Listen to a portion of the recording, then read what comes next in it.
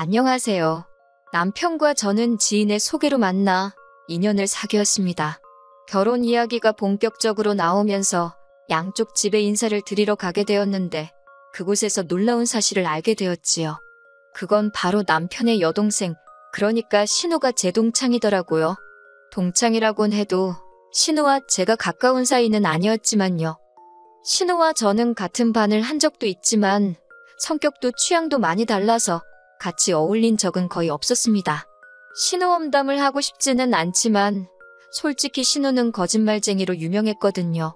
게다가 신우가 대학을 지방으로 간 이후로는 어떻게 사는지 잘 지내는지 그런 소식조차 들은 적도 없어요. 궁금한 적도 없었고 그렇게 보낸 세월이 10년이었으니 서로 어디 가서 친구라고 하기에는 무리가 있어요. 그런데 그런 신우를 시댁에 인사를 드리러 간 날 다시 마주치게 될 거라고 누가 상상이나 했을까요? 그래도 어쩐 일인지 신우가 먼저 절 알아보고는 너무 반가워하더라고요. 긴장을 너무 많이 해서 청심환까지 먹었던 저로서는 먼저 친한 척하며 다가와주는 신우라도 있으니 저 역시 반갑기도 하고 동시에 다행이다 싶었네요. 게다가 어머님께선 저와 신우가 동창이란 걸 아시고는 인연도 이런 인연이 어디 있냐면서 당신 딸 친구면 당신한테는 딸이나 마찬가지랍니다. 그러면서 앞으로 며느리가 아니라 딸이다 생각하고 아껴주시겠다 하시대요.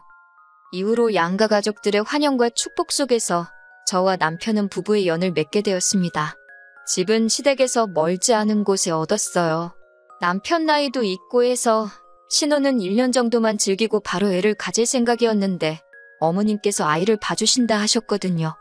친정부모님께 부탁드릴 수 없었던 이유는 친정아버지가 건강이 안 좋으셔서 지방에서 요양을 하고 계셨기 때문입니다. 그래서 제게는 시댁 근처에서 사는 것도 불편하기보다는 오히려 다행이다 싶은 일이었어요. 하지만 집에 이사를 하고 나서야 알게 된 사실이 있었습니다. 그건 바로 근처에 시댁만 있는 게 아니라 신우네와 아주버님네도 있었다는 거예요. 시댁 식구들에게 둘러싸여 살게 된 거라고 생각하니 벌써부터 머리가 아프고 속이 다 갑갑해지더군요. 저는 남편에게 왜 미리 말하지 않았냐고 따졌습니다. 그러자 남편은 무슨 말이냐며 자기는 분명히 말했었다며 딱 잡아떼는데 진짜 어이가 없어서 그렇다고 그런 일로 파혼을 하겠다 하자니 그건 그거대로 쪽팔리잖아요. 결국 남편한테 신나게 퍼붓는 것 말고는 할 수 있는 일이 없었네요. 그래도 다행히 결혼하고 한 반년까지는 시댁 식구들 근처에 사는 게 생각했던 것만큼 나쁘지는 않았어요. 어머님 아버님이 일주일에 한 번 이상 온 가족이 모여서 식사하기를 바라시는 게 그게 조금 부담스럽기는 했는데 시쳇말로 저 혼자 독박 쓰는 건 아니었고 형님도 있어서 그럭저럭 위로가 되었지요. 신우도 친구이자 결혼생활 선배랍시고 살면서 힘든 거 자기한테 다 털어놓으라며 먼저 나서서 저희 남편 흉도 보고 그러는데 자기 딴에는 저를 편하게 해주려고 그러나 싶어서 그 마음을 고맙게 받아들였네요. 물론 그렇다고 제가 바보마냥 그런 신우를 붙들고 진짜로 제 남편 흉을 보고 뭐 그러지는 않았고요. 아무튼 이래저래 시댁 식구들과는 별다른 문제 없이 지냈습니다. 하지만 그런 시댁 식구들과 불편해지게 된 계기가 있었으니 처음 사건이 있었던 건 바로 제 생일이었어요. 원래대로라면 남편과 단둘이 고급 레스토랑에 가서 식사도 하고 백화점에 가서 쇼핑도 하고 그럴 생각이었지요. 그런데 어머님께서 생일인데 가족끼리 모여서 식사를 해야지 왜 둘이서만 나갈 생각을 하느냐고 서운하다셨습니다. 솔직히 제 입장에서야 생일만큼은 남편과 단둘이 오붓하게 보내고 싶었지만 시집 온 지 1년도 안 된 며느리 입장에서 생일만큼은 따로 보내자 소리를 하기가 쉽지는 않았지요. 결국 일이 있는 아주버님과 형님을 제외하고 세 가족이 모여 식사를 하게 되었습니다. 말이 나와서 말이지만 제 생일은 그저 핑계였을 뿐 제 의견은 하나도 중요하지 않더라고요. 식당도 메뉴도 전부 다 아버님이 하시고 싶은 대로 정해졌으니까요.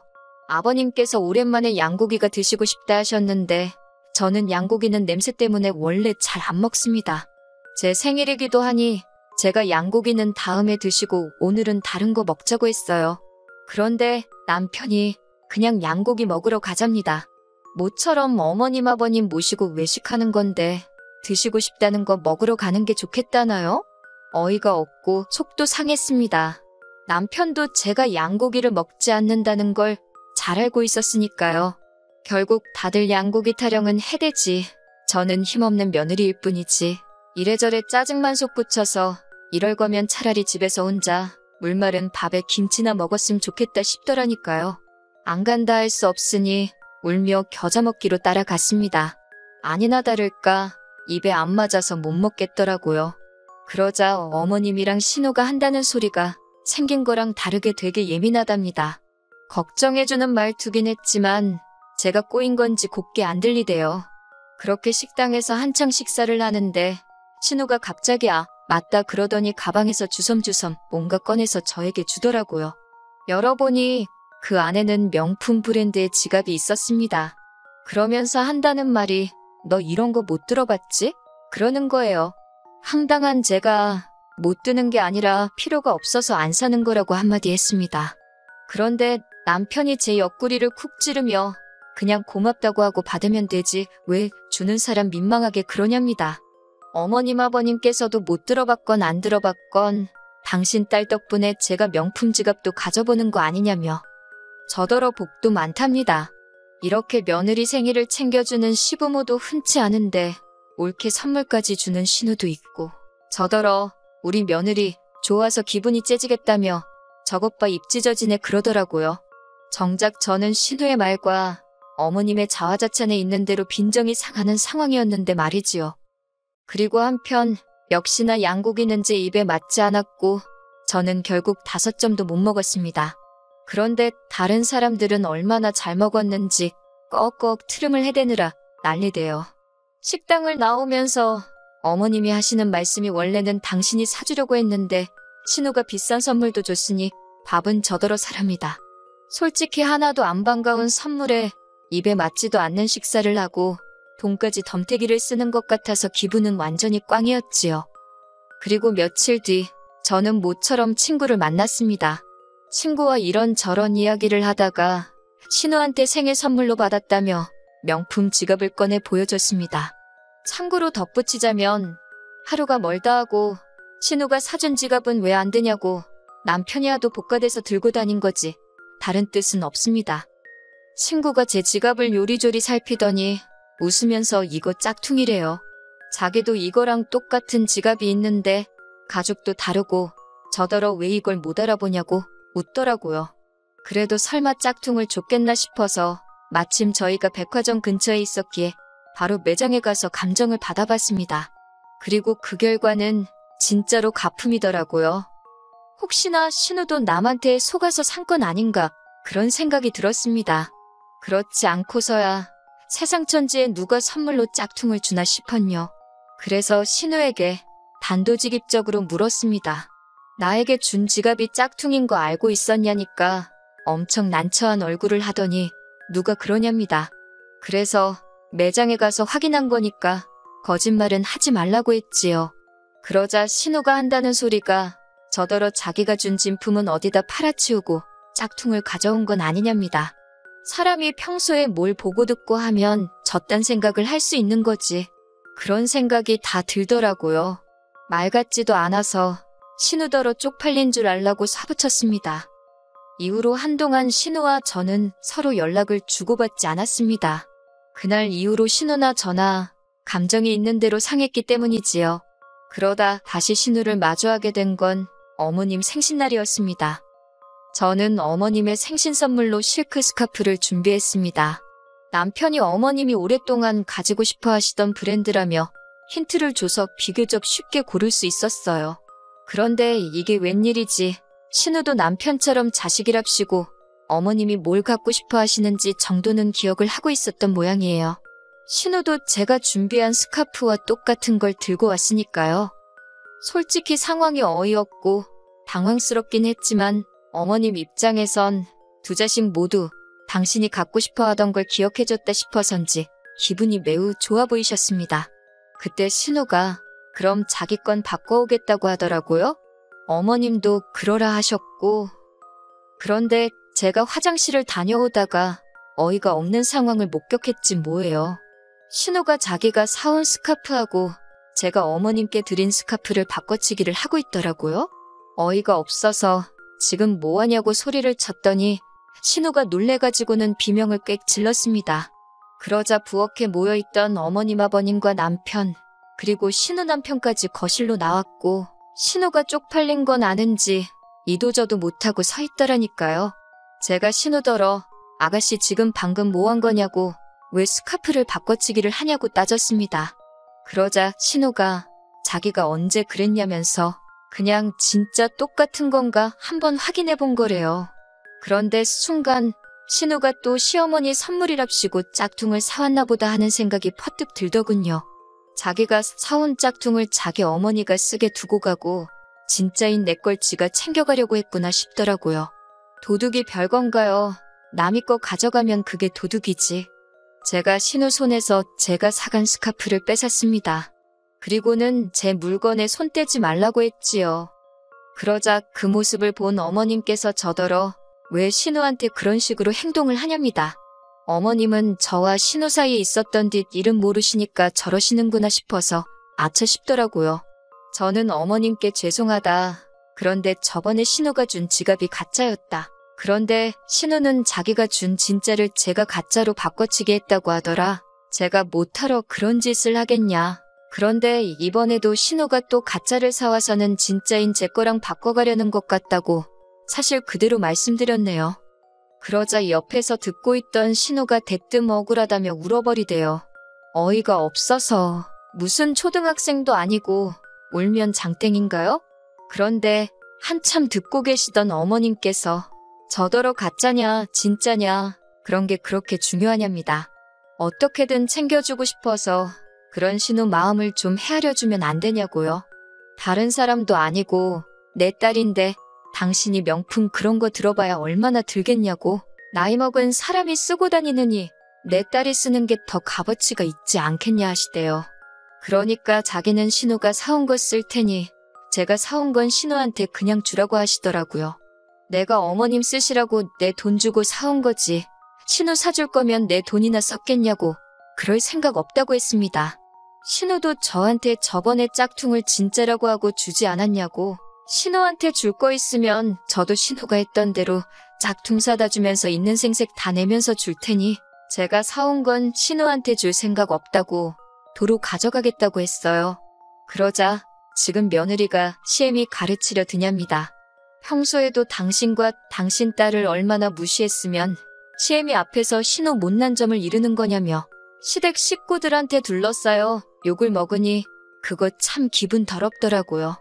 옆에 서 있던 남편이란 작자도 별 구실은 못하고 제가 딸이나 마찬가지라더니 결국 딸과 며느리 문제에서는 명백히 누가 잘못했는지가 확실한데 제 탓을 하는 겁니다. 제가 어머님더러 어머님 생각 잘 알겠다고 마음이 중요한 거네요 라며 사간 스카프를 챙겨서 나왔습니다. 앞으로 제가 마음으로 많이 효도하겠다고 외치고선 말이에요. 별로 큰 기대도 하지 않았습니다.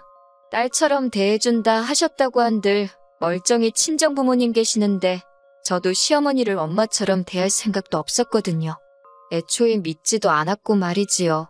그냥 적당히 거리 두면서 다른 며느리들 하듯이 제가 할 도리 정도만 챙겨서 할 생각이었는데 이 일을 겪고 나니 그것도 과분하게 하는 거 아닌가 싶은 생각이 들었어요. 그리고 며칠이나 지났을까 이후로 계속 제 눈치만 살피던 남편이 부탁 하나만 하면 안 되겠냐 그러더군요. 뭐냐니까 자기 동생하고 시어머니한테 사과 좀 해달랍니다. 언제까지 이렇게 지낼 수는 없지 않냐고. 신우 성격이 원래 욕심도 많고 거짓말도 잘하는 거 자기도 잘 아는데 가족끼리 어쩌겠냐입니다. 품고 가야지. 그래서 너나 실컷 품고 가라고 했어요.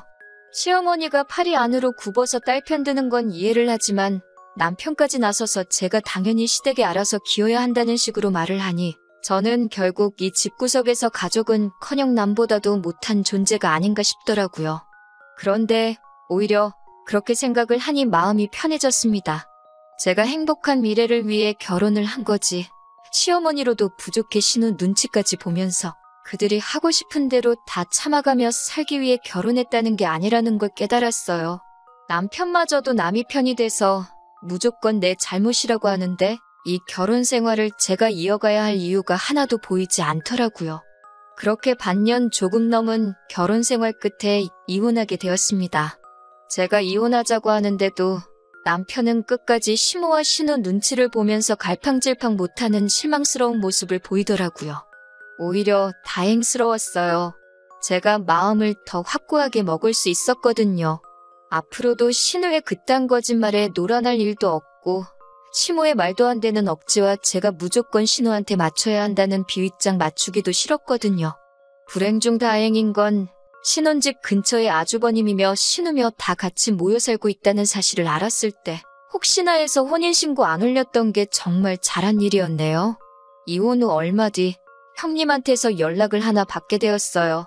시모가 신우가 사준 명품백을 들고 나갔다가 아주 개망신을 당하고 왔다고 말입니다.